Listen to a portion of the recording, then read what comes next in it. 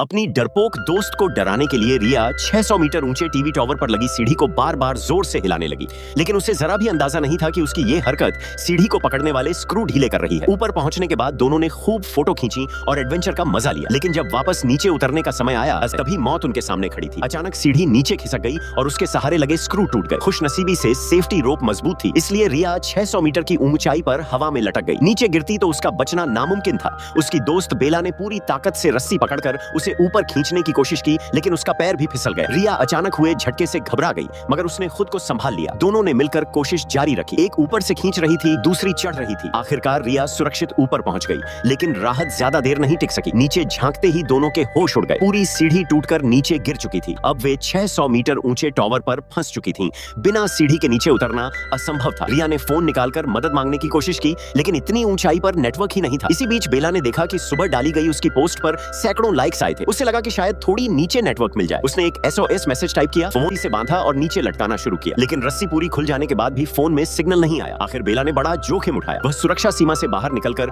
धीरे धीरे नीचे उतरने लगी। अब वह 600 मीटर की ऊंचाई पर हवा में लटक रही थी, फिर भी नेटवर्क नहीं मिला। उसने एक हाथ छोड़कर फोन को और नीचे पहुंचाने की कोशिश की, लेकिन उसकी ताकत जवाब देने लगी। तभी रिया के दिमाग में एक आइडिया आया। अगर नीचे सिग्नल है तो सीधे जमीन तक पहुंचाना होगा। उसने फोन में मदद का मैसेज सेव किया, उसे अपने जूते के अंदर रखा और झटके से नीचे फेंक दिया। दोनों ने उम्मीद की कि जमीन पर पहुंचते ही मैसेज भेज दिया जाएगा। अब उनके पास इंतजार करने के अलावा कोई रास्ता नहीं था। घंटों बिन कोई मदद नहीं आई। उम्मीद धीरे धीरे खत्म होने लगी। अब सबसे बड़ी समस्या थी पानी और खाना। टावर के नीचे एक प्लेटफॉर्म पर उनका बैग पड़ा था। रिया ने खुद को सेफ्टी रोप से बांधा और नीचे उतरने लगी। ऊंचाई का डर उसके हर कदम के साथ बढ़ रहा था, लेकिन जिंदा रहने के लिए यह करना जरूरी था। काफी मशक्कत के बाद